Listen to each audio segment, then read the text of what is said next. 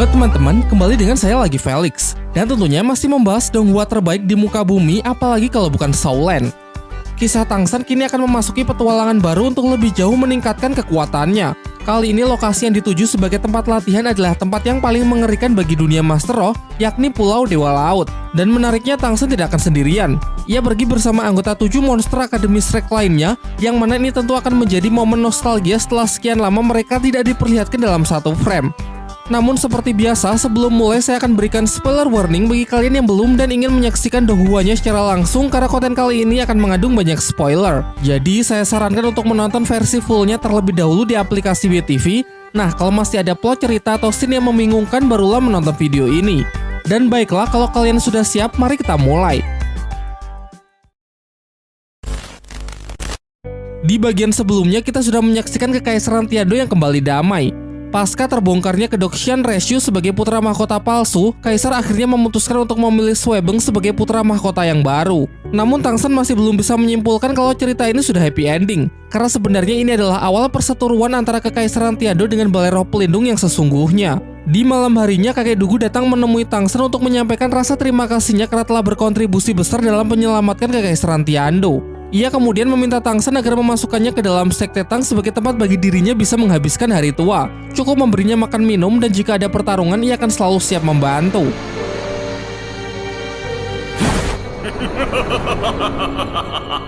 Keesokan paginya, Tangsan menjelaskan rencana ia selanjutnya kepada Master Xiao. Ia akan kembali ke Sekte Haotian untuk menyampaikan situasi dunia Daoluo saat ini. Serta ia akan mengajak Dewa Pandai Besi Lao Gao agar Paman Tang Xiao bisa membantunya dalam proses pembuatan senjata rahasia tingkat tinggi. Selain itu, pertarungan terakhirnya melawan Xian Renshu membuat Tangsan sadar bahwa ia masih sangat lemah, sehingga ia berencana untuk menghabiskan lebih banyak waktu untuk berlatih di Sekte Haotian. Namun untuk rencana terakhir, Master Xiao kurang setuju. Ia lebih merekomendasikan agar Tangsan berlatih di tempat lain, sebuah tempat yang sangat berbahaya tapi akan sangat berguna untuk meningkatkan kemampuan dengan cepat, dan tempat yang dimaksud bernama Pulau Dewa Laut. Ia menjelaskan bahwa Pulau Dewa Laut adalah kepulauan para siluman roh. Jika Tangsan berhasil melewati ujian dan kembali dengan selamat, maka kemampuan di berbagai bidang pasti akan sangat meningkat. Master Xiao juga menceritakan kalau dahulu Balai Roh Pelindung pernah mengirim 2000 Master Roh ke sana untuk melakukan invasi. Namun misi tersebut gagal dan 2000 Master Roh yang dikirim tidak ada satupun yang kembali dengan selamat. Sehingga sejak saat itu Balai Roh Pelindung tidak pernah mau lagi berurusan dengan Pulau Dewa Laut. Hal ini sudah cukup membuktikan kalau Pulau Dewa Laut adalah tempat yang memang sangat mengerikan. Namun tentu Tangsan berniat untuk mengambil resiko tersebut, karena ia percaya bahwa tekanan yang semakin besar akan membuatnya lebih mudah untuk mengeluarkan potensi kekuatannya demi menghadapi Balai Roh Pelindung. Tetapi di sisi lain Tangsan memiliki keraguan karena jika ia pergi maka tidak akan bisa ikut rapat mengenai rencana Balai Roh Pelindung untuk melakukan pemilihan ulang 7 sekte besar. Menjawab hal itu, Master Xiao menjelaskan kalaupun Tangsan tetap tinggal juga akan sia-sia karena kekuatannya masih belum cukup untuk menandingi Balai Roh Pelindung, sehingga pilihan terbaik saat ini hanyalah meningkatkan kemampuan diri. Dan tidak perlu cemas mengingat kesepakatan kerjasama antara Kekaisaran Tiando dengan Kekaisaran Xingluo yang sudah mulai berlangsung. Menurutnya Balai Roh Pelindung untuk sementara tidak akan berani melakukan penyerangan. Pembicaraan pun ditutup dengan Master Xiao yang meminta agar Tangsan mengajak teman-temannya yang lain untuk bersama-sama pergi menuju Pulau Dewa Laut karena tempat tersebut sangat berbahaya sehingga dengan begitu mereka bisa saling menjaga satu sama lain. Pada sore harinya Tangsan meminta izin kepada para tetua di Sekte Tang.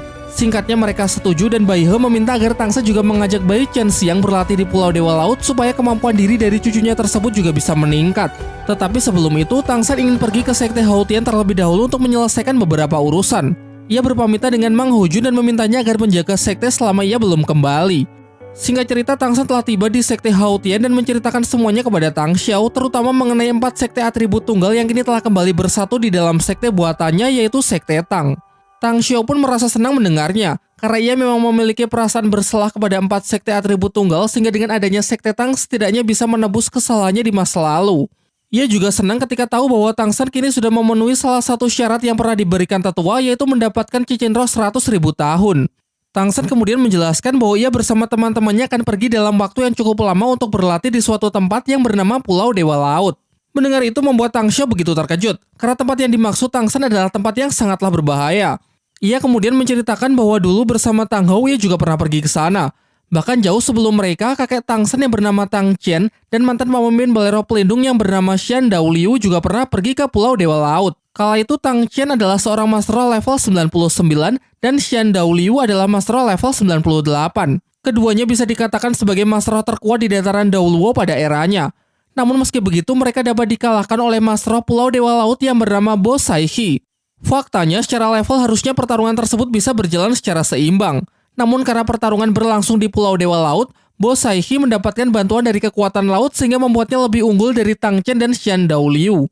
Menurut Tang Xiao mungkin hanya master dengan level 100 lah yang bisa mengalahkan Bo Saihi. Meski sudah mendengar cerita yang sangat mengerikan, Tang Shen tetap bertekad untuk pergi ke Pulau Dewa Laut. Ia berjanji pasti akan memenangkan ujian dan bisa kembali dengan selamat. Sin kemudian beralih memperlihatkan Mang Hojun dan Bai Qianxiang sedang latihan tanding melawan tim Oscar Ningrongrong di halaman Akademi Shrek. Diperlihatkan kalau Oscar sanggup mengimbangi kecepatan dari Bai Qianxiang berkat buff dari Ningrongrong. Ia juga menggunakan kemampuan sosis cloning untuk merilis skill rumput biru perak milik Tang Shen. Ketika Bai Qianxiang berniat untuk menerobos pertahanan rumput biru perak, tiba-tiba Mang Hojun menyela untuk lebih dulu menyerang Oscar. Sontak hal itu membuat Bai Qianxiang marah karena ia menganggap kalau Mang Hojun telah merebut bagian terbaiknya. Ma Hongjun lalu mencoba menjelaskan bahwa ia lebih tahu mengenai karakteristik pertahanan rumput biru perak. Dan jika tadi ia membiarkan Bai Qianxiang terus menyerang Oscar, maka pasti akan sangat mudah terjebak. Rongrong pun juga membenarkan hal tersebut karena rumput biru perak milik Tang Shen adalah tipe pengendali. Meski Bai Qianxiang sangat cepat, mustahil bisa meloloskan diri jika sudah terkena ikatan jaring laba-laba.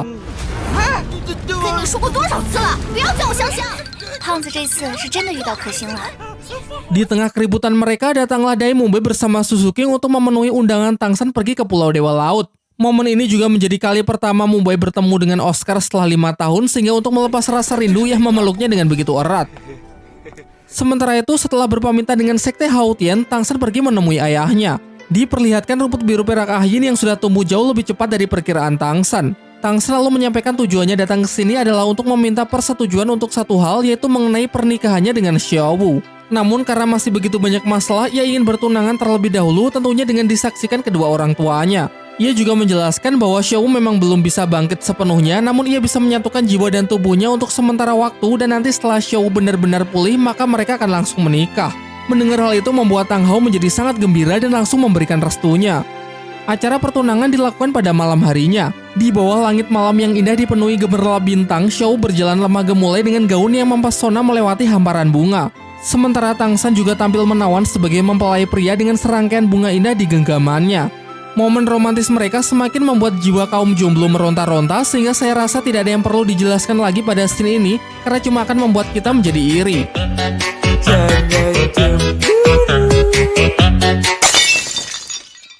Keesokan paginya, terlihat para alumni Akademi Shrek sudah berkumpul menemui Master Xiao dan Chen Xing sang master pedang di halaman akademi. Kalau kalian lupa, Chen Xing kehilangan tangan kanannya saat insiden penyerangan Sekte Cahaya Kibau oleh Balai Roh Pelindung. Kala itu sendirian ia bertarung melawan 5 master bertitel Daoluo demi mempertahankan Sekte. Master Xiao kemudian menjelaskan alasan ia membawa Chen Xing adalah untuk kembali melatih kerjasama dari 7 monster Sri Lanka sebelum berangkat menuju Pulau Dewa Laut, mengingat mereka sudah sangat lama berpisah. Di sini Master Xiao meminta agar Bai Qianxiang tidak terlibat dalam pertarungan, karena statusnya sebagai anggota baru sehingga akan lebih baik jika mengamati terlebih dahulu seperti apa kerjasama tim Sri Lanka. Selain itu juga karena Master Pedang terlalu kuat, akan sangat sulit melawannya jika tidak memiliki kekompakan, bahkan demi mencegah ada yang terluka, Master Xiao melarang ada yang menonton. Ketika pertarungan akan dimulai, Tang Shen tiba tepat waktu dan langsung masuk ke arena untuk mengikuti latihan melawan Master Pedang.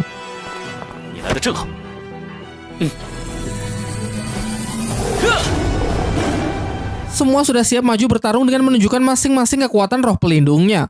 Begitu pula Master Pedang Chen Xing, ia mengeluarkan wujud roh pelindungnya, sebuah pedang jiwa yang ia sebut 7 jalan kebinasaan. Membuktikan kalau ia tidak main-main dalam menghadapi para alumni Sri Lanka tersebut.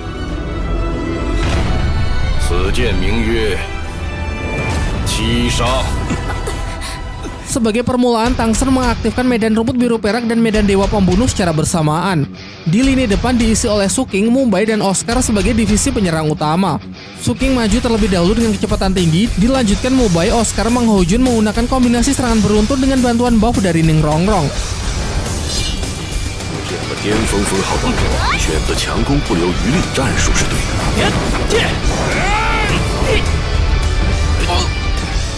Dijelaskan kalau teknik dukungan cahaya Kibau Ningrongrong sudah jauh meningkat, yang mana ia bisa memberikan support kepada 5 orang sekaligus, meski dari mereka masing-masing memiliki kebutuhan buff yang berbeda-beda.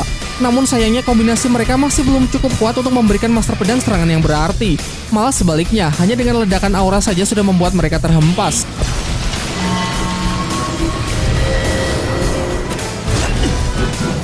第五魂技，蓝炎霸王枪。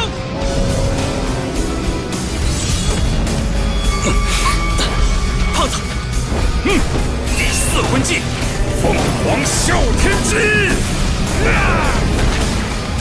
第六魂技，白虎破灭杀。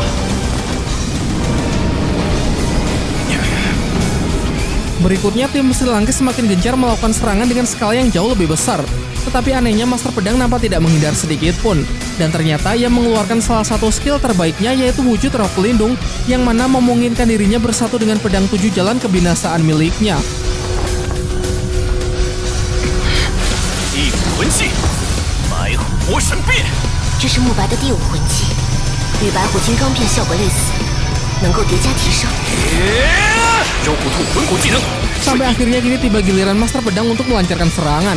Untuk mengantisipasi hal itu, Mubai dan Tangsan maju untuk mencoba menahannya. Dari belakang, Ning Rongrong memberikan dukungan penuh menggunakan kemampuan tulang roh, menciptakan ruang ilusi yang bisa membangun jaringan pikiran dan menyatukan hati satu sama lain. Dengan teknik ini, kekuatan pikiran bisa meningkat hingga 20%, yang mana dalam waktu yang bersamaan bisa melemahkan kekuatan pikiran dari lawan.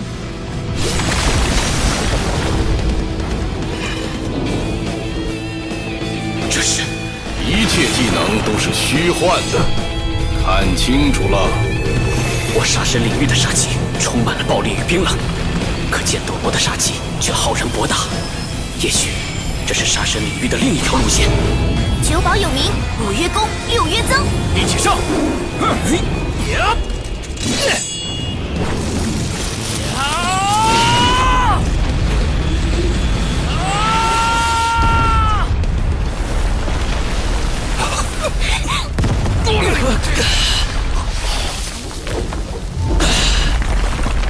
！Setelah pertarungan berakhir, Chen Xing menjelaskan saat kekuatan roh di atas 95 maka akan terjadi perubahan yang mana Mas Roh sanggup menyatu dengan kekuatan roh pelindungnya. Ia kemudian menceritakan bahwa dahulu saat ayahnya bertarung melawan mantan pemimpin suci balai roh pelindung Xiandou Liu yang sudah mencapai level 99 juga menggunakan teknik penyatuan dengan roh pelindung, membuat ayahnya yang kala itu berada di level 97 kalah dan akhirnya meninggal.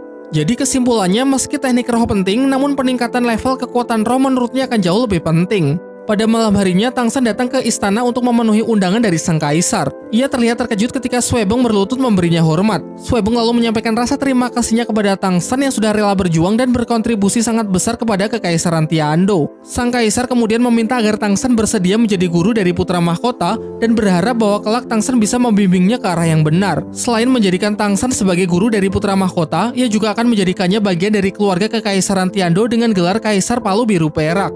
Ia lalu memberi Tangsan sebuah benda pusaka kekaisaran sebagai lambang identitas. Benda tersebut bernama Piramida Lautan Dunia. Kaisar mengatakan dengan memasukkan kekuatan roh ke dalamnya, maka Tangsan pasti akan mengetahui berbagai macam kegunaannya. Sesampainya di rumah, Tangsan terus mengamati benda yang memancarkan kilauan cahaya kebiruan tersebut. Ia mencoba untuk menyelidikinya dengan kekuatan pikiran dan masuklah kesadarannya ke dalam sebuah dimensi yang merupakan sumber energi dari Piramida Lautan Dunia. Divisualisasikan dengan gelombang pikiran yang begitu besar tanpa batas. Secara tidak sengaja, bagian tajam dari benda tersebut melukai Tangsan dan berhasil mengambil sedikit darahnya.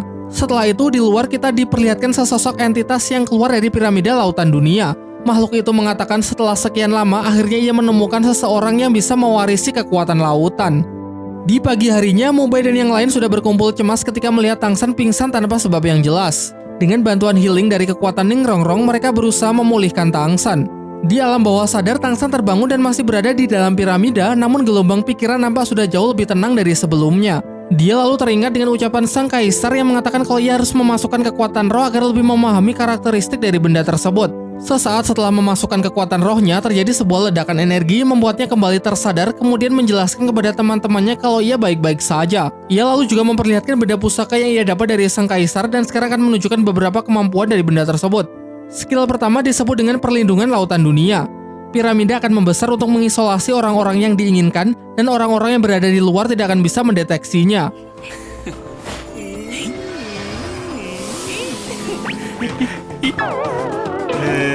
Skill kedua bernama pengendali lautan dunia. Skill ini bisa digunakan untuk mengunci pergerakan serta kekuatan roh target dalam batas waktu tertentu.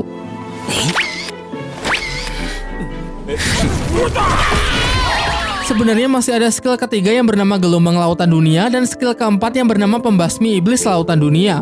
Namun Tang San mengatakan belum bisa menunjukkannya karena ia masih perlu mempelajarinya lebih lanjut. Yang jelas benda pusaka tersebut pasti akan sangat berguna nanti baik saat dalam perjalanan maupun ketika sudah sampai di Pulau Dewa Laut.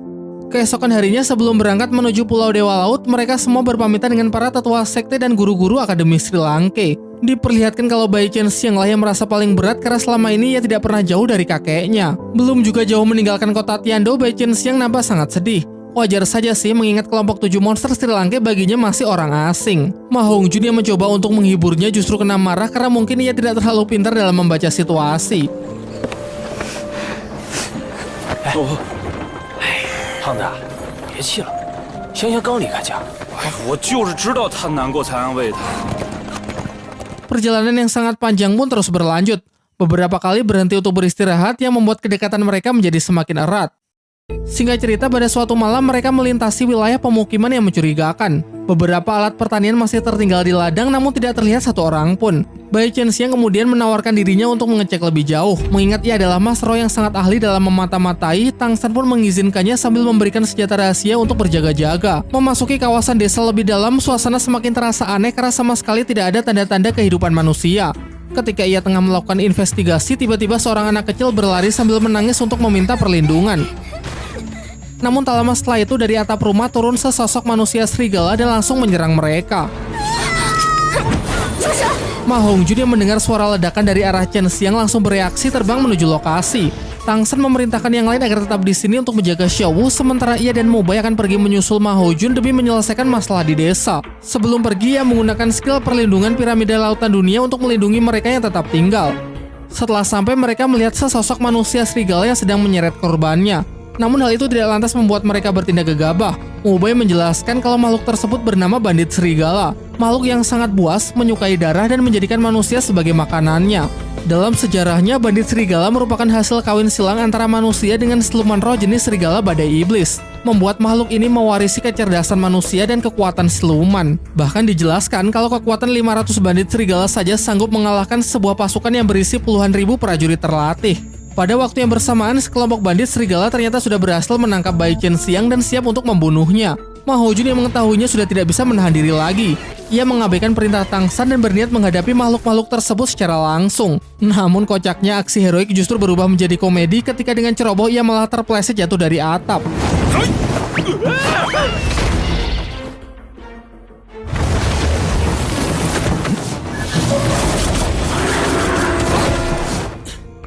Untung saja Tang San dan Mo Bai lekas menghandle situasi dan berhasil menyelamatkan Chen Xiang. Akan tetapi tentu saja ini masih belum berakhir karena seekor bandit serigala yang lolos meraung dengan nyaring untuk memanggil seluruh teman-temannya.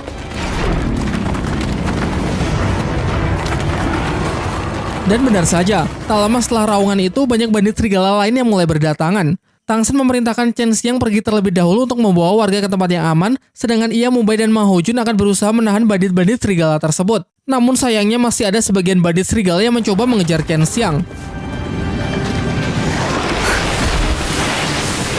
你们先走，我来拖住他们。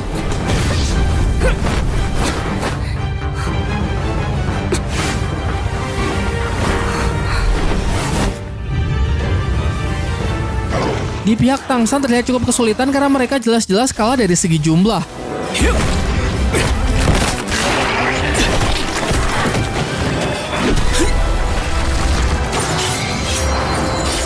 从空中攻击，好，点一魂技，风火火势。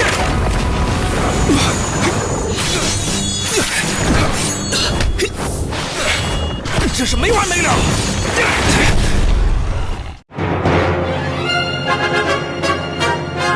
Dan tak lama setelah itu datang si ketua bandit yang membawa Chen Xiang sebagai sandera. Ia mengatakan agar Tang San dan kedua temannya menyerahkan diri jika ingin nyawa gadis tersebut selamat.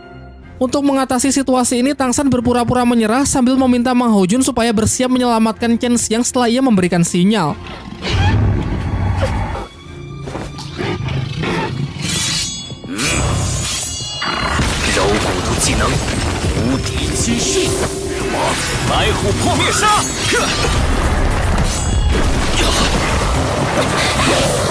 Pertempuran pun kembali pecah.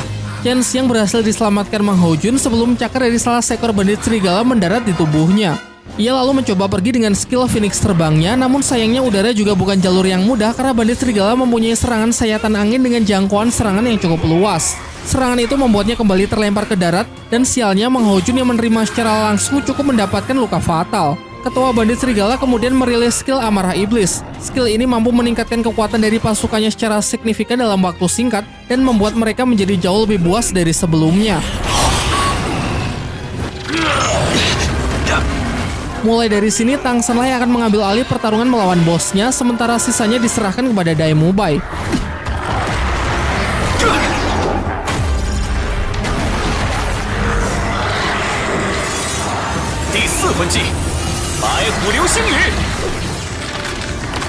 Mubai berhasil memukul jatuh belasan bandit serigala dengan skill Meteor Harimau Putih, namun di mode amarah ini mereka seakan tidak merasakan rasa sakit dan bisa pulih dengan begitu cepat.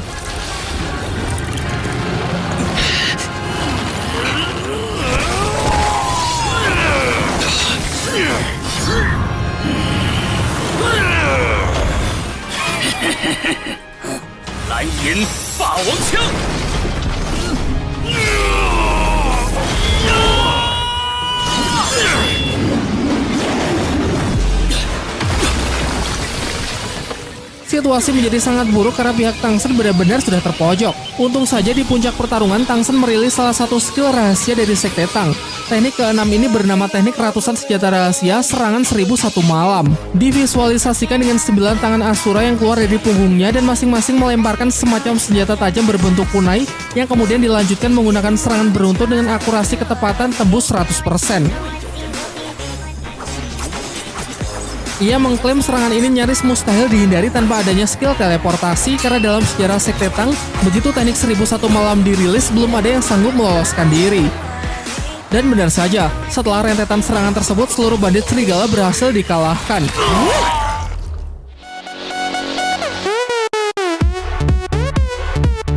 Dari sisa tubuh ketua bandit muncul sebuah tulang roh kaki kanan beraura merah, dan Tang San mengatakan kalau tulang roh ini akan sangat cocok dengan Dai Mubai sehingga ia ingin Mubai menyerapnya. Ia menyuruh Mang Hojun dan Chen Xiang pergi terlebih dahulu untuk memberi pertolongan kepada penduduk yang terluka, sementara ia akan tetap tinggal untuk menjaga Dai Mubai dalam proses kultivasinya. Singkat cerita, setelah semua penduduk selesai diobati, Mang Hojun dan Chen Xiang berniat pergi untuk melihat kondisi Mubai. Dalam perjalanan, Chen Xiang mengungkapkan rasa terima kasihnya karena sudah beberapa kali Mang Hojun selamatkan. Namun sebelum ia sempat menyelesaikan kalimatnya, tiba-tiba Mang Hojun jatuh pingsan karena sudah kehabisan banyak darah akibat luka fatal pasca pertarungan melawan para bandit serigala. Sementara itu, Dai Mubai telah menyelesaikan kultivasinya. Tulang roh kaki kanan tersebut memberikan kemampuan untuk memasuki mode amarah yang dapat meningkatkan serangan, pertahanan, maupun kecepatan secara instan up to 100%. Tetapi efek samping selama memasuki mode amarah, Mubai akan kesulitan mengendalikan kesadarannya, sehingga untuk sementara mode ini belum bisa diandalkan sebelum Mubai mendapatkan tulang roh lain yang bisa meningkatkan kekuatan pikiran. Tak lama setelah itu, dengan wajah panik, Chen Xiang datang membawa Mang Hojun yang tengah terluka parah. Mereka lalu segera membawanya masuk ke dalam kereta. Sambil teringat semua kenangannya dengan Mang Hojun, semalaman Chen Xiang berusaha keras untuk menjahit seluruh lukanya. Usahanya tersebut tidak sia-sia karena kini kondisi Mang Hojun sudah berangsur-angsur membaik. Ketika sudah siuman, Mang Hojun meminta maaf karena ia belum cukup kuat untuk bisa melindungi siapapun. Namun Chen Xiang sama sekali tidak menyalahkannya dan justru berterima kasih karena sudah rela berkorban untuknya sampai terluka parah. Mang Hojun mengatakan kalau keselamatannya sama sekali tidak penting, lagi pula di dunia ini tidak ada orang yang menyayanginya. Perkataan itu sontak membuat Chen Xiang emosi karena merasa kasih sayangnya tidak dianggap. Mubai dan Oscar mengejeknya dengan mengatakan kalau Mang Hojun ini sangatlah bodoh dan sama sekali tidak peka dengan perasaan wanita. Tang San kemudian menjelaskan kalau semalaman Chen Xiang rela tidak beristirahat hanya demi mengobati luka-lukanya. Semua perhatian tersebut jelas menunjukkan kalau perlahan-lahan pintu hati Chen Xiang sudah mulai terbuka. Tang San menambahkan bahwa mulai sekarang tugas untuk melindungi Chen Xiang akan diserahkan kepada Mang Hojun. Dengan lantang, Mang Hojun langsung menyanggupinya dan memastikan kalau ia tidak akan pernah membiarkan Bai Chen Xiang kehilangan sehelai rambut pun. Perjalanan kembali dilanjutkan dan singkat cerita mereka telah tiba di kota Lautan Han, sebuah kota di dekat pesisir yang masih menjadi bagian dari wilayah Kekaisaran Tiando bagian barat. Tang San menjelaskan kalau mulai dari sini mereka akan melalui jalur air sehingga perlu menyewa sebuah kapal di pelabuhan agar bisa melanjutkan perjalanan. Berdasarkan peta buatannya, estimasi perjalanan bisa memakan waktu hingga 10 hari sampai tiba di Pulau Dewa Laut. Tetapi sebelum mulai berlayar, Tang San mengajak mereka untuk pergi ke pusat arena pertarungan roh di kota ini. Keesokan harinya mereka semua berangkat menuju arena pertarungan Master Roh. Dan dilihat dari tempatnya saja sudah sangat berbeda dengan arena roh yang dulu pernah mereka ikuti. Pertarungan kali ini adalah pertarungan 2 lawan 2. Tang San menyuruh Mang Ho Jun maju bersama Chen Xiang mengingat mereka berdua memiliki kemampuan terbang yang berguna untuk mengatasi arena air. Selain itu, menurutnya akan terlalu mencolok jika ketujuh monster Sri Lanka maju bersama karena mungkin akan bisa mengundang perhatian pihak Balai Roh Pelindung.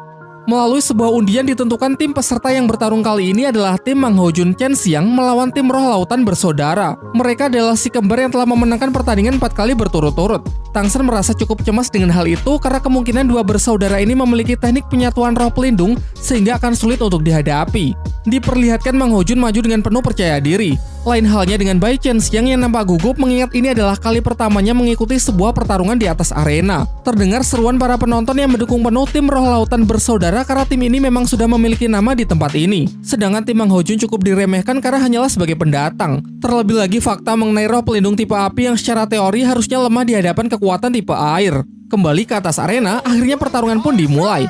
Chen Xiang terbang untuk mencoba memecah fokus dari lawan. Sementara Mang Ho Jun sudah bersiap merilis skill roh kedua pukulan bara api Phoenix.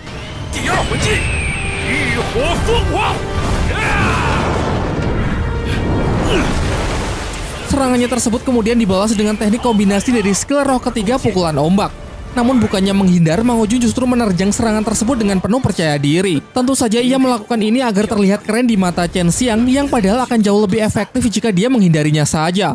Suhu panas dari api Phoenix Mang Ho Jun cukup kuat untuk menguapkan air dan melenyapkan teknik musuh. Namun di saat bersamaan ia sudah begitu banyak menghabiskan kekuatan roh, entah langkah apa lagi yang akan ia ambil berikutnya.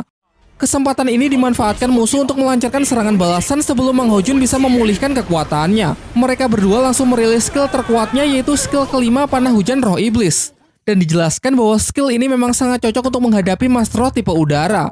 Situasi cemas mulai terlihat di pihak Tang San mengingat dari awal Mang Ho Jun sudah kehilangan banyak kekuatan roh, jadi kemungkinan ia tidak akan bisa bertahan lebih lama lagi. Di sini Mang Ho Jun ingin merilis skill roh kelimanya, namun serangan musuh yang begitu cepat dan kuat tidak memberinya kesempatan untuk bisa mengumpulkan kekuatan. Sementara itu Chen Xiang dengan kecepatan manuvernya mencoba menerobos serangan tersebut. Namun jika niatnya ingin mematahkan teknik lawan, sepertinya akan mustahil karena ia tidak memiliki damage serangan yang cukup besar. Mang Ho Jun menyadari kalau ini adalah kesempatan yang diberikan Chen Xiang agar ia bisa mengumpulkan kekuatan sehingga ia pun segera bersiap merilis skill roh kelima Hujan Meteor Phoenix.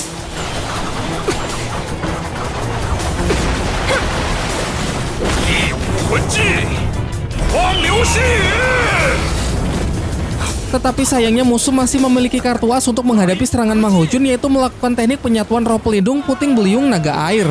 Hanya dalam sekejap skill meteor Mang Ho Jun sanggup mereka lenyapkan dilanjutkan dengan serangan tornado air super kuat untuk menjatuhkannya. Dalam kondisi yang sangat terdesak, Chen Xiang menyarankan agar sebaiknya mengaku kalah saja karena pihaknya telah kehabisan banyak kekuatan roh sehingga mustahil bisa menang melawan teknik penyatuan roh pelindung. Namun jelas Mang Ho Jun tidak lantas menyerah begitu saja. Ia mengerahkan tenaga terakhirnya pada tulang roh tangan kanan untuk meledakkan teknik naga air musuh. Sayang sekali upayanya tersebut sia-sia karena tenaganya yang memang sudah terkuras habis. Dan bahkan ia sudah tidak sanggup lagi untuk mempertahankan wujud sayap Phoenix-nya. Namun anehnya meski sudah hampir menang, raut wajah kedua saudara kembar ini nampak sedang menahan rasa sakit dan warna kulit yang seolah terbakar. Senyum percaya diri kembali terlihat di wajah Mang Ho Jun, kemudian hanya dengan satu kali jentikan jari, teknik penyatuan roh pelindung lawan pun langsung pecah.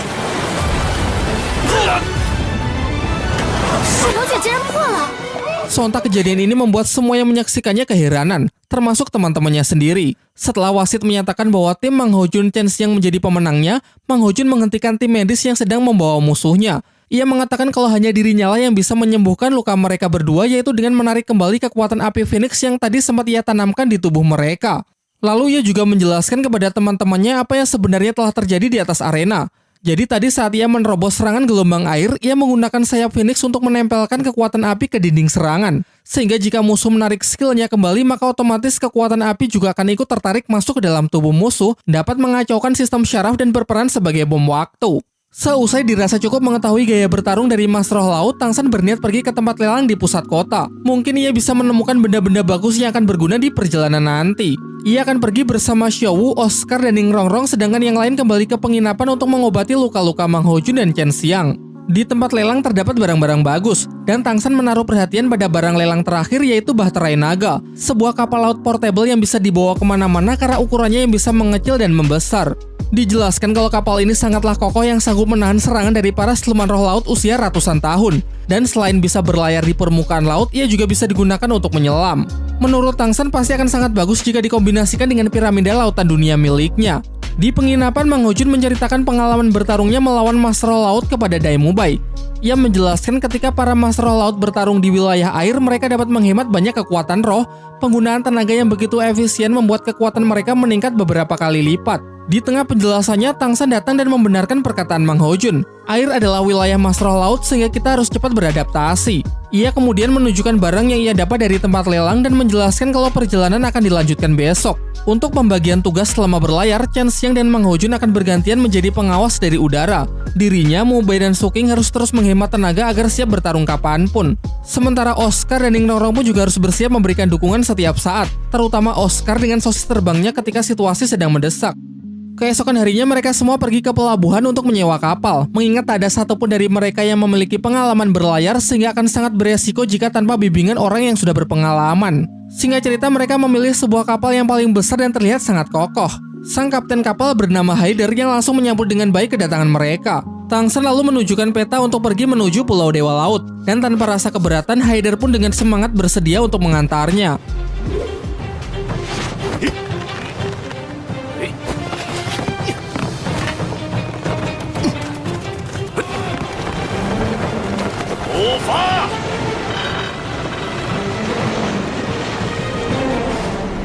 Pelayaran pun dimulai. Beberapa dari mereka menikmati perjalanan dan ada juga yang mual-mual karena mabuk laut. Tangsan kemudian menanyakan kepada Kapten Haider bagaimana cara para pelaut menghadapi siluman roh.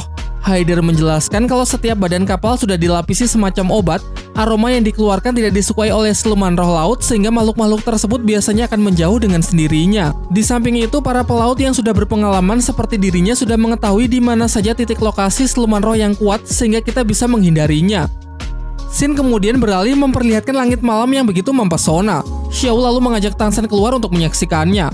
Perlu diingat kalau sesekali Xiao bisa menggabungkan tubuh dengan jiwanya dan mempertahankannya meski cuma dalam waktu yang relatif singkat. Xiao mengatakan kalau begini saja ia sudah cukup bahagia sehingga ia tidak ingin pengorbanan dari Tangsan. Namun Tangsan mengatakan kalau ia ingin melihat Xiao bisa kembali sepenuhnya. Ia rela mengorbankan semua yang ia miliki asalkan Xiao bisa hidup seutuhnya lagi. Pembicaraan pun ditutup dengan ciuman romantis dari Tangsan yang disaksikan indahnya langit malam.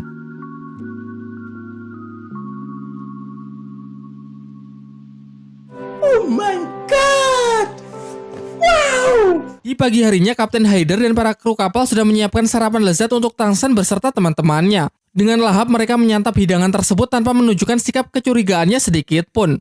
Selepas sarapan, semua berjalan normal dengan aktivitasnya masing-masing. Namun tak lama setelah itu, Kapten Haider bersama krunya menghampiri mereka dengan tatapan dan nada yang sinis. Dari sini akhirnya terungkap bahwa sebenarnya Kapten Haider ini adalah anggota kelompok bajak laut Mutiara Ungu, dan sejak awal ia sudah memiliki niat jahat untuk merampok rombongan Tangsan. Pagi ini diam-diam ia telah memasukkan racun ke dalam makanan yang tadi dihidangkan kepada Tangsan dan teman-temannya, lalu menunggu waktu yang tepat sampai racunnya bereaksi. Sekarang terlihat bahwa racun yang telah bereaksi membuat rombongan Tangsan pusing dan jatuh pingsan. Namun ketika Haider merasa kalau sudah menang, ada yang aneh karena Xiao menjadi satu-satunya yang tidak pingsan. Tangsan pun langsung bangkit lalu menjawab kalau Xiao terlalu polos untuk bisa bersandiwara seperti yang lain. Berkat kekuatan sosis penawar racun dari Oscar, racun murahan yang digunakan para bajak laut tersebut sama sekali tidak ada gunanya. Tangsan kemudian juga menjelaskan kalau sebenarnya ia sudah menaruh kecurigaan sejak hari pertama. Ia memperhatikan para kru kapal laut yang bergerak dengan sangat leluasa, kekuatannya jelas bukan seperti manusia biasa, melainkan lebih mirip dengan seorang master roh. Serta dalam perjalanan pun diam-diam Tangsan terus mengawasi gerak-gerik mereka yang sedang menyusun rencana untuk membunuh dan merampok rombongannya. Meskipun sekarang semua rencananya sudah terbongkar, Haider pun tidak lantas menyerah begitu saja. Dengan wilayah laut yang menjadi daerah kekuasaannya, kini dia berniat untuk menyerang rombongan Tangsan secara langsung.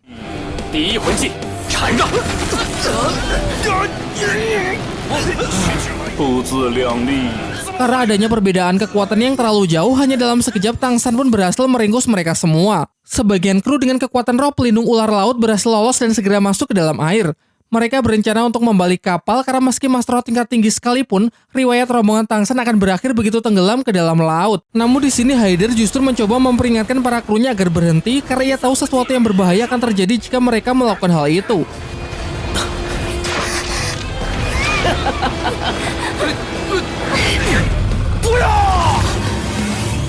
Dan benar saja, sebelum mereka sempat melancarkan aksinya, muncul para monster laut yang langsung menerkam mereka. Kemudian dijelaskan bahwa barang siapa yang memanfaatkan laut untuk berbuat kejahatan, maka pasti laut akan menghukum mereka. Sekarang hanya tersisa si Kapten Haider. Ia meminta pengampunan dan mengatakan kalau mereka hanya melaksanakan perintah dari Ketua Bajak Laut Mutiara Ungu. Pada malam harinya, Chen Xiang bertugas seperti biasanya. Mang Hao Jun kemudian menghampirinya, menyuruhnya agar beristirahat, dan ia yang akan menggantikannya. Namun Chen Xiang menolak karena ini masih bagiannya untuk berjaga. Mereka berdua kemudian mulai mengobrol. Chen Xiang mengungkapkan rasa irinya kepada 7 monster Sri Lanka karena sudah banyak berpetualang dan memiliki banyak pengalaman bertarung bersama. Sementara sejak dulu ia tidak pernah pergi kemana-mana karena kakeknya selalu khawatir jika cucunya tersebut pergi terlalu jauh. Mang Hao Jun lalu memberinya semangat dengan mengatakan kalau Chen Xiang kini sudah menjadi bagian dari mereka sehingga untuk kedepannya pasti akan ada banyak kesempatan untuk berjuang bersama.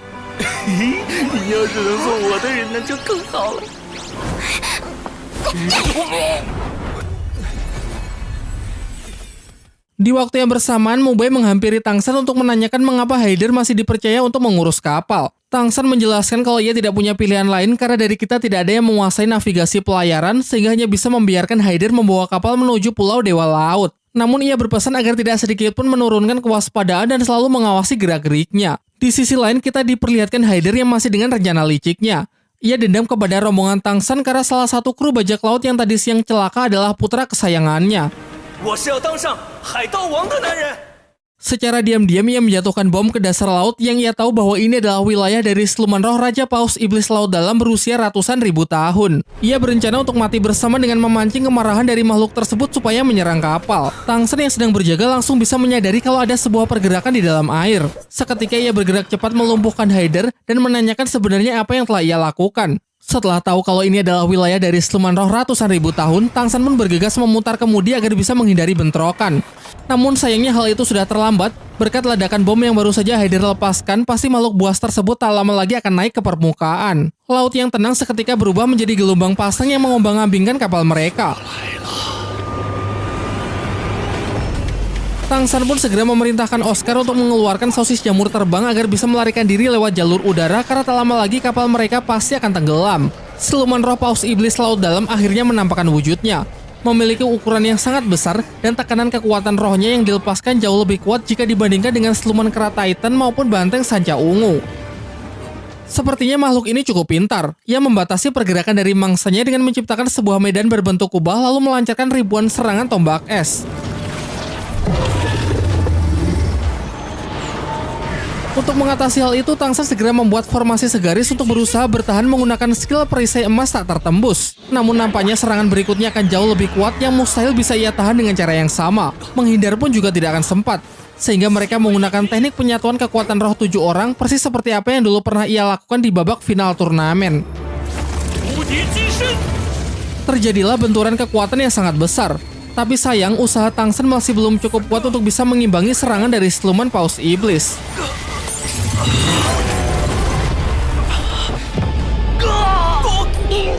Sebelum siluman tersebut menghancurkan mereka, Tang San maju untuk mencoba mengambil alih pertempuran. Ia memerintahkan Oscar dan Mang Hao Jun agar membawa pergi semua orang keluar dari radius serangan, sementara ia akan berusaha menahan Paus Iblis semampunya.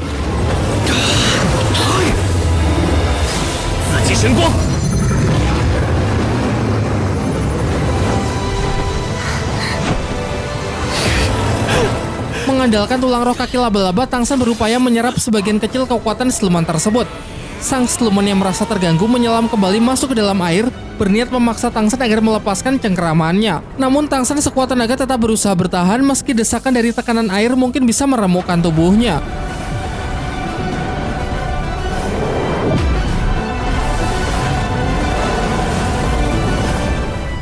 Sampai pada akhirnya ia benar-benar sudah kehabisan tenaga, tulang roh kaki laba-labanya kembali patah membuatnya jatuh tenggelam ke dasar laut. Masih beruntung ketika siluman Paus Iblis nyaris menelannya, tiba-tiba piramida lautan aktif untuk melindunginya.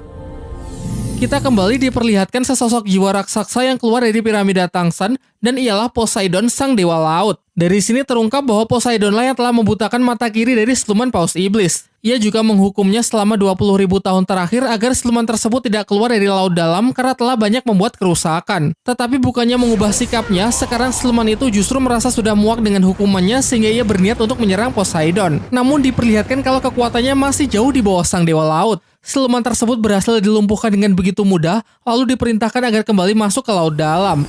2000年了，希望这一次的选择不要让我失望。 Di pagi harinya terlihat Tangsen yang terdampar di sebuah pulau. Ia lalu terbangun di atas ranjang dengan banyak luka di tubuhnya, namun nampaknya seseorang sudah merawatnya dengan baik. Ketika ia membuka mata, ia melihat cahaya dari piramida lautan dunia yang lebih redup dari sebelumnya. Mungkin hal ini karena kekuatan yang sudah banyak terkuras akibat menyelamatkannya semalam. Tak lama setelah itu masuk seorang pria yang bernama Ji Xiang. Ia adalah satu-satunya dokter di pulau ini. Ia jugalah yang kemarin menemukan Tangsen terdampar di pantai lalu segera mengobati luka-luka di tubuhnya. Setelah mengetahui hal itu, Tangsen mengungkapkan rasa terima kasihnya kemudian menceritakan kalau kemarin ia sempat diserang kelompok bajak laut dan bertemu siluman roh paus iblis yang membuatnya berpisah dengan teman-temannya. Ji Xiang kemudian mengatakan kalau Tangsen perlu banyak beristirahat terlebih dahulu dan nanti ia akan membantu untuk mencari keberadaan dari teman-temannya. Setelah Ji Xiang keluar, Tangsen merasakan bahwa tulang roh kaki laba-labanya kini telah berevolusi lagi. Penyebabnya mungkin karena kemarin ia sempat menyerap sedikit kekuatan dari siluman paus iblis laut dalam. Ketika sedang berkultivasi untuk memulihkan diri, Tangsen mendengar suara keributan dari luar. Di sana ia melihat Ji Xiang yang tengah mengobati seorang pelaut yang sedang terluka parah. Namun Ji Xiang mendapatkan kendala saat ingin memasukkan jarum perak untuk menutup syaraf pasien di titik yang sulit karena ia sama sekali tidak memiliki kekuatan roh. Dari arah belakang, Tangsen menawarkan dirinya untuk membantu. Sempat terjadi sedikit perseteruan karena teman dari si pasien tidak mempercayai Tangsen. Namun setelah Ji Xiang mengizinkannya untuk mencoba, Tangsen pun berhasil membantu dengan menutup syaraf pasien sehingga proses pengobatan bisa dilanjutkan hingga pasien kondisinya semakin membaik. Tangsen merasa sangat kagum dengan kemampuan Ji Xiang karena meski tanpa kekuatan roh ia bisa menusukkan jarum-jarum akupuntur dengan sangat akurat. Namun Ji Xiang merasa bahwa kemampuannya masih belum cukup layak untuk dikagumi oleh siapapun mengingat kemampuannya yang masih sangat terbatas. Tangsen lalu mengatakan bahwa ia bersedia mengajari Ji Xiang untuk menutup syaraf seperti apa yang tadi ia lakukan. Ia juga memiliki sebuah cara supaya seseorang bisa meningkatkan kekuatan roh pelindung meski orang tersebut terlahir tanpa kekuatan roh sedikit pun. Namun jika ingin berguru kepada Tangsen, Ji Xiang terlebih dahulu harus bersedia bergabung ke dalam sekte Tang. Tanpa lama berpikir, Ji Xiang pun menyanggupi syarat tersebut. Tangsen lalu memberikannya salah satu koleksi tanaman obatnya yang bernama Raja Ginseng puluhan ribu tahun. Setelah memakan tanaman ini, maka kekuatan roh pelindung Ji Xiang pasti akan bangkit dan kelak berpotensi bisa menjadi seorang master roh. Singkat cerita, setelah mengikuti pelatihan dari Tangsen, akhirnya Ji Xiang pun berhasil mengeluarkan kekuatan roh pelindungnya tipe alat yaitu jarum perak. Dan untuk selanjutnya, Ji Xiang hanya perlu terus berlatih untuk bisa meningkatkan kekuatan rohnya. Tangsen kemudian menanyakan mengenai bajak laut Mutiara Ungu. Ji Xiang mengatakan kalau ketua bajak laut Mutiara Ungu adalah orang baik yang sering membagikan uang kepada masyarakat miskin. Keesokan paginya ia mengantar Tangsen ke markas bajak laut tersebut. Dalam perjalanan ia menjelaskan kalau kelompok bajak laut Mutiara Ungu sangat terkenal di pulau ini. Memiliki total jumlah anggota sekitar 3.000 orang dan 200 diantaranya adalah para master roh.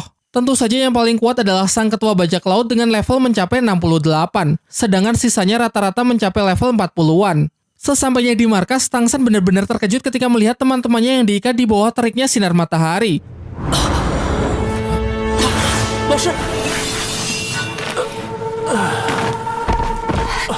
Di dalam ia juga melihat bayangan Xiao yang nampak akan disakiti. Sontak ia pun langsung mengamuk berniat untuk membuat perhitungan dengan ketua bajak laut Mutiara Ungu. Ternyata si ketua bajak laut adalah seorang wanita yang diketahui bernama Zi Zhenzu. Menanggapi Tangsen yang mengacaukan tempatnya, ia langsung menyerang dengan merilis ke rohnya yaitu serangan ular laut. Pertarungan pun tak terhindarkan. Tangsen berusaha memberikan perlawanan namun harus berhati-hati karena serangan yang ia lancarkan juga bisa berdampak kepada Xiao Wu.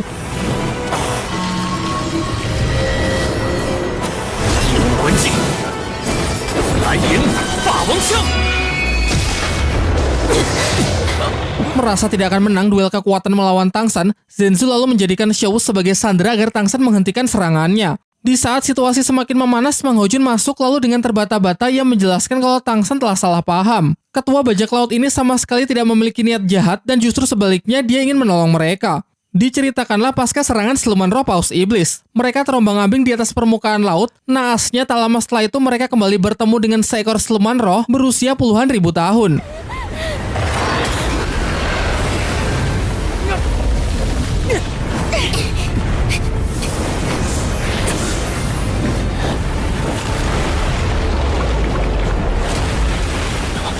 Untung saja tenaga mereka sudah cukup pulih sehingga sanggup memberikan perlawanan meski pertarungan berlangsung di tempat yang sama sekali tidak menguntungkan. Hingga pada akhirnya siluman pun berhasil dikalahkan, namun sialnya dalam pertarungan mereka sempat terkena racun beku yang bahkan tidak bisa diatasi oleh api Phoenix milik Mang Hojun. Untung saja mereka sudah cukup dekat dengan daerah pesisir dan ketua bajak laut Mutiara Ungu yang telah menyelamatkan mereka. Kemudian mereka sengaja dijemur di bawah sinar matahari dengan harapan bisa menghilangkan efek dari racun beku di tubuh mereka. Setelah mendengar penjelasan tersebut, Tang San mengeluarkan inti siluman api primitif yang dulu sempat ia dapat dari jalur neraka untuk menghilangkan efek racun beku. Dan tidak butuh waktu lama racun beku pun berhasil Tang San cairkan sehingga teman-temannya kini sudah aman. Tetapi Zhensu tetap menolak untuk menyerahkan Xiao Wu. Ia kemudian menantang Tang San dalam sebuah pertandingan. Jika Tang San menang, Xiao Wu akan ia kembalikan, dan sebaliknya jika Tang San kalah, maka Xiao Wu akan tetap tinggal di kelompok bajak lautnya. Tang San bersedia untuk bertanding, tetapi ia tidak ingin menjadikan Xiao Wu sebagai barang taruhan, sehingga kesepakatannya ia ubah, yaitu jika Tang San menang, maka ia akan menjadi bosnya, namun jika ia kalah, maka terserah dirinya mau diapakan. Zhensu pun menyepakati hal itu. Dan pertandingannya adalah Tang San harus bisa menangkap ketua bajak laut tersebut dalam batas waktu setengah jam tanpa menggunakan skill roh pelindungnya. Setelah pertandingan dimulai, Zhensu dengan cepat berlari masuk ke dalam hutan. Sementara Tang San masih terlihat santuy meski para kru bajak laut sudah bersiap menghalangi dia mengejar ketuanya. Tang San kemudian merilis teknik senjata rahasia Sekte Tang, kelompok Dewi Bunga. Walaupun bukan serangan yang mematikan, orang biasa dan master roh tingkat bawah yang terkena serangan tersebut akan mengalami kelumpuhan sementara. Di waktu yang bersamaan, Zhensu merasa sangat percaya diri untuk bisa mengalahkan Tang San mengingat pulau ini adalah wilayahnya. Sedangkan dari arah belakang, Tang San yang berusaha menyusul menggunakan skill dari tulang roh kebijaksanaan dan medan rumput biru perak untuk melacak jejak dari lawannya. Meskipun tak begitu menguasai jalur dan banyaknya jebakan yang berada di dalam hutan, semuanya masih bisa Tang San lewati dengan cukup mudah. Bahkan beberapa kru bajak laut yang merupakan master roh tingkat menengah pun juga berdatangan untuk menghadangnya. Pengejaran terus berlanjut hingga tiba di bibir pantai. Zhensu yang merasa sangat jengkel akhirnya menggunakan skill roh pelindung ular laut untuk menjebak Tang San yang selalu bisa mengejarnya.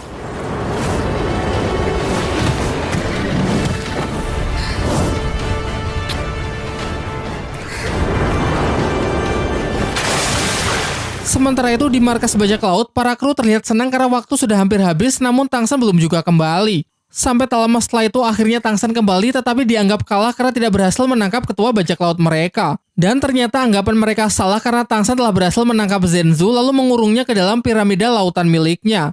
Flashback ke scene ketika Zhensu melarikan diri dengan masuk ke dalam air. Ternyata diam-diam Tang San sudah memasang jebakan piramida sehingga berikutnya ia tinggal memancing Zhensu yang sudah terperangkap. Meskipun kini dibuat sangat jengkel, sang ketua bajak laut tetap bersikap sportif dengan mengakui kekalahannya dan sesuai perjanjian membuat Tang San sekarang resmi menjadi bosnya. Namun anehnya sikap pemarah dari Zhensu tiba-tiba berubah 180 derajat dengan menunjukkan pesonanya dalam menggoda Tang San.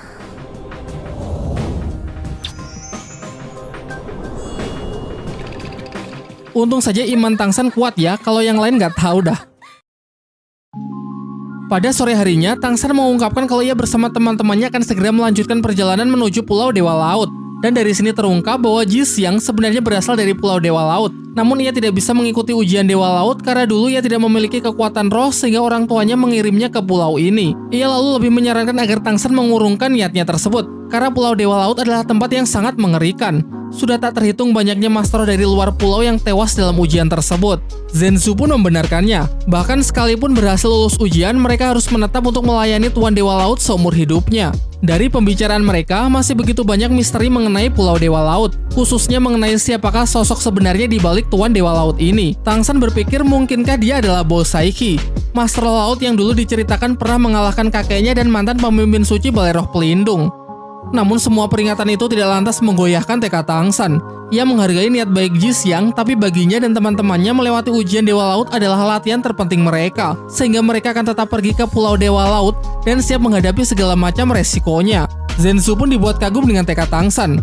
Keesokan harinya ia bersama kelompok bajak lautnya bersedia untuk mengantar Tang San menuju Pulau Dewa Laut. Namun Zenzu mengatakan kalau ia hanya bisa mengantar sampai di sini. Ia khawatir jika lebih dekat lagi akan dianggap menyinggung Tuan Dewa Laut dan bisa membahayakan seluruh anggota bajak lautnya. Sebelum berpisah, ia memperingatkan Tang Shen agar ekstra berhati-hati karena di sekeliling Pulau Dewa Laut terdapat banyak siluman roh hiu putih yang siap menyerang para pendatang. Meski tidak sebesar siluman roh paus iblis, kecepatan siluman hiu putih benar-benar mengerikan. Singkat cerita, akhirnya rombongan Tang Shen memisahkan diri dan berangkat menggunakan bahtera naga yang dulu ia dapat dari tempat lelang. Tang Shen kemudian mengatakan kepada Zenzu mengenai taruhan pertandingan sebelumnya tidak perlu dianggap serius. Dan untuk Ji Xiang, ia berpesan agar Ji Xiang tidak berhenti berlatih supaya kelak bisa menjadi seorang master roh yang sesungguhnya. 你一辈子都是我的老大。